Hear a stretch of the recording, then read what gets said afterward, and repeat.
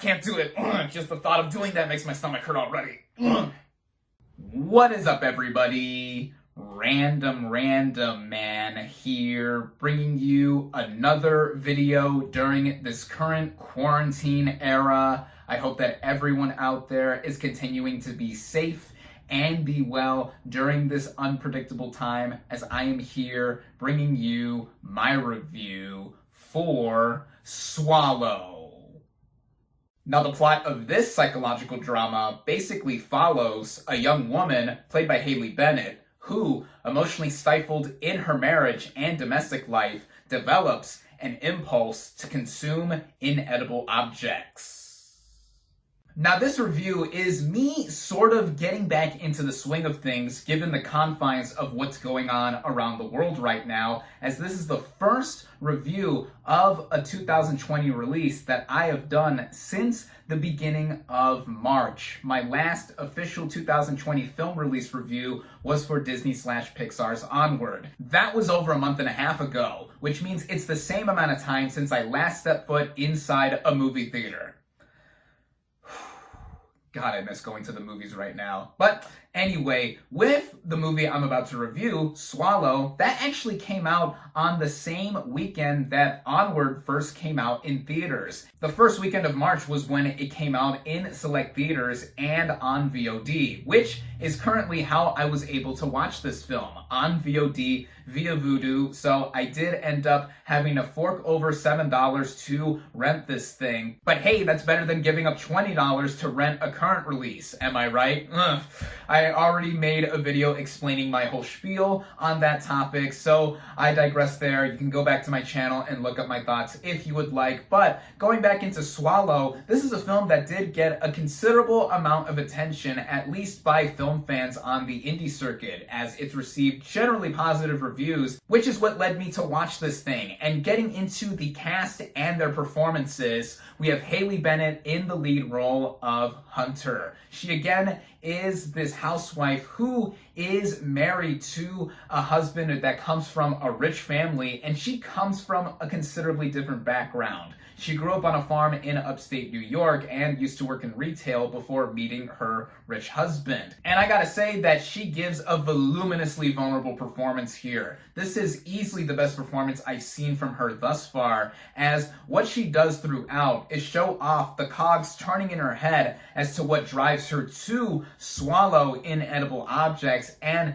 everything else in connection with her husband's family, and just what is going on around her. This also goes into how Bennett appears throughout the film, as the way she is dressed and acts and speaks is reminiscent of what a then ideal housewife was supposed to look and act like from the 1950s, at least from my interpretation. And that really works into seeing this psychological performance play out. Getting into some of the other performances here, we have Austin Stowell as Hunter's husband, and Elizabeth Marvel and David Rash as the in-laws to Hunter. Now, all three of these performances are pretty connected, even though Stowell has the most screen time opposite Haley Bennett's Hunter. But all three of them exemplify similar traits, as, like I said, they come from a more higher class background than Hunter, and they basically don't treat Hunter very well. And for what all of them had to do, they were very good here. Same with Dennis O'Hare as this mystery character I do not want to give away because it has a direct connection to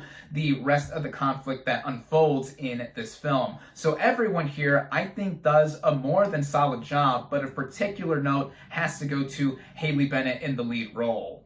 The writing of this film, and by extension the directing, both by Carlo Monte, is something that brings a lot of daring density throughout the narrative. This is actually the filmmaker's directorial debut, and I gotta say, with the vision that he brings on the table here, it's among the best that I have seen in recent memory from a first-time feature filmmaker. As I mentioned before, this movie has a pretty simple premise, and it is psychological within its roots, but what makes this movie stand out is not just the performance by Haley Bennett in the lead role, but how it pans out with a lot of subtlety and the overlying themes within it. The closest movie I can compare this film to is another one of recent memory, actually. The recent remake of The Invisible Man, directed by Leigh Whannell and starring Elizabeth Moss. Upon having finished Swallow, it was shockingly surprising to me how similar these movies are in themes, even right down to both of the basic premises of these films, as they follow blonde women who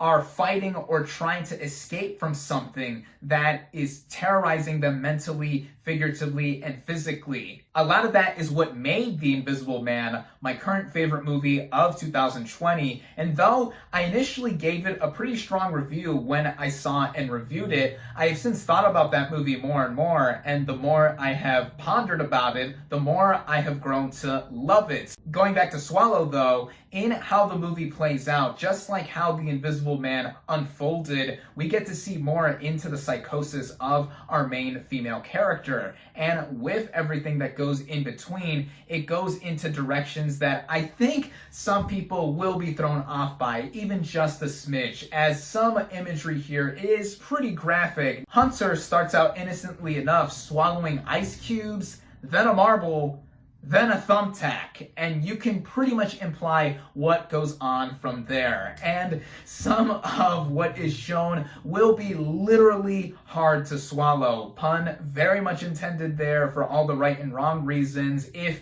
you do or do not have a strong stomach. That is what comes together and makes this movie effective in the first place. As a narrative, we are put in the perspective of Hunter, and as it continues to play out, it really goes to show and back up the themes that this movie exemplifies. All the while, we are treated to technical merits that, while this is a pretty low-key indie film, it shows off a lot of what it does in strengths visually and aurally. This film is pristinely shot with its cinematography and how it's strung together through editing, running at about a 90-minute running time, just over an hour and a half actually. This is a very quick watch, but it never felt like it rushed through anything at all, which makes it perfectly paced by the end. And even the music, in adding on to the overall subtlety of this movie, it being injected in just about right moments, never being abrasive or overbearing to the point of taking you out of it, as they just added to the ambiance with how we are viewing this movie through. In terms of issues, I really don't have that many, if any at all. One thing that does come to mind that is pretty minor is a similar problem I had with The Invisible Man, and without giving any spoilers, as it does have to do with something later on in the film, all I can say is that it amounts to how our main character is able to travel to different places. But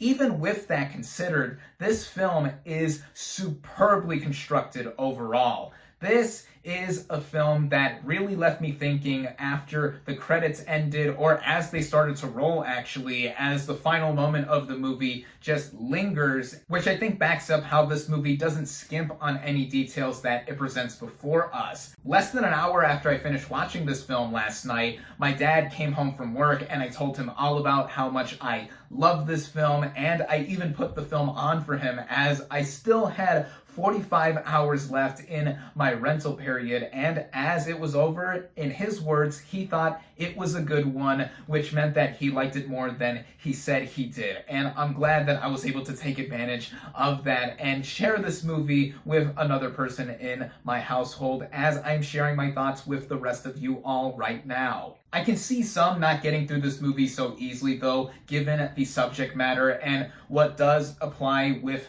how the rest of the movie does unfold, but I guarantee you that if you stick it out through the end of this film, especially for how swift it is with its just over 90-minute running time, there is something to be taken away here. If anything, it's Haley Bennett's lead performance here excellently elevating this movie to new heights, on top of it being an astonishing piece of psychological dramatic work on its own. Just like the recent Invisible Man remake, these two are my favorite movies of 2020 thus far, mainly for the two captivating lead performances. I'm actually debating in my head right now as to which movie I prefer, but for now, I'm gonna say that Swallow is my current favorite movie of 2020 for all of what I have said and more. Once again, I loved Swallow. I highly recommend it.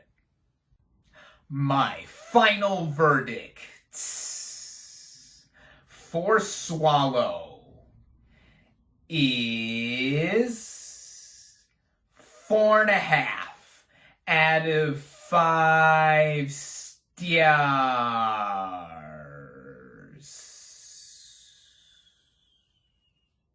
Thank you all, as always, for watching. Be sure to like this video, comment on what you thought of Swallow. Social media links in the description. Subscribe to my channel for more, and I'll catch you on the next movie review.